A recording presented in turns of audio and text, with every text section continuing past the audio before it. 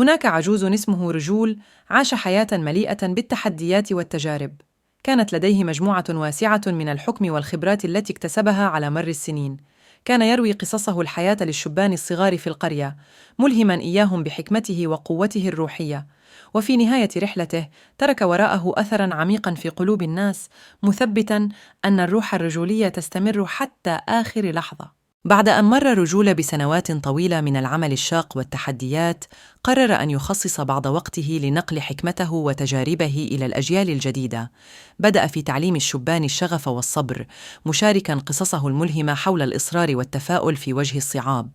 وفي يوم من الأيام وداع الحياة رجول بلطف، ولكن ترك وراءه إرثاً يعيش في قلوب الناس. استمرت قصصه في الحكمة والشجاعة حتى أصبحت جزءاً لا ينسى من تاريخ القرية.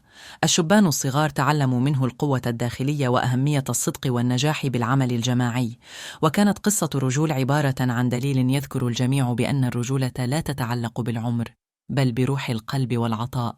في الأيام اللاحقة زاد الإعجاب بقصة رجول، وبدأ الشبان يتحدون أنفسهم لتحقيق أهدافهم باستمرار. كبروا وتقدموا، وسطعت شموعهم في عالم مليء بالتحديات. كانت قرية رجول تنمو بحكمة وعزيمة، وأصبحت القصة الملهمة للأجيال الجديدة. تشكلت مجتمعاً قائماً على التعاون والتضامن، حيث استمرت قصة رجول في حث الأفراد على تقدير القيم والتحديات كفرص للنمو. وفي كل عام أقيمت احتفالات لتخليد ذكرى رجول، حيث تجتمع العائلات والأصدقاء لمشاركة قصصه وترسيخ قيمه في قلوبهم. وهكذا استمرت قصة الرجول عجوز في العيش بين الأجيال كتراث حي يلهم الجميع للنجاح والتميز في طريقهم. مع مرور الوقت انتشرت قصة رجل عجوز خارج حدود القرية، حيث أصبحت مصدر إلهام للكثيرين. انتقلت الروح الرجولية التي عاشها إلى قلوب الناس في أماكن بعيدة. بدأ الناس في الوقوف في وجه التحديات بقوة وثبات، مستلهمين من قصة العجوز الذي عاش حياة تعكس الصمود والعزيمة. تم نقل قصة رجول إلى الكتب والمدارس، حيث أصبحت مادة تعليمية للأجيال الصاعدة. كان لديها تأثيراً كبيراً في بناء مجتمع يستند إلى الأخلاق والتفاني في تحقيق الأهداف.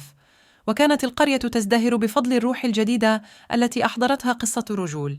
في نهاية المطاف أصبحت قصة رجول عجوز أسطورة تذكر الناس دائماً بأهمية الصمود والعطاء في وجه التحديات، مما جعلها جزءاً لا يتجزأ من تاريخ البشرية. مع مرور الوقت انتشرت قصة رجل عجوز خارج حدود القرية، حيث أصبحت مصدر إلهام للكثيرين. انتقلت الروح الرجولية التي عاشها إلى قلوب الناس في أماكن بعيدة.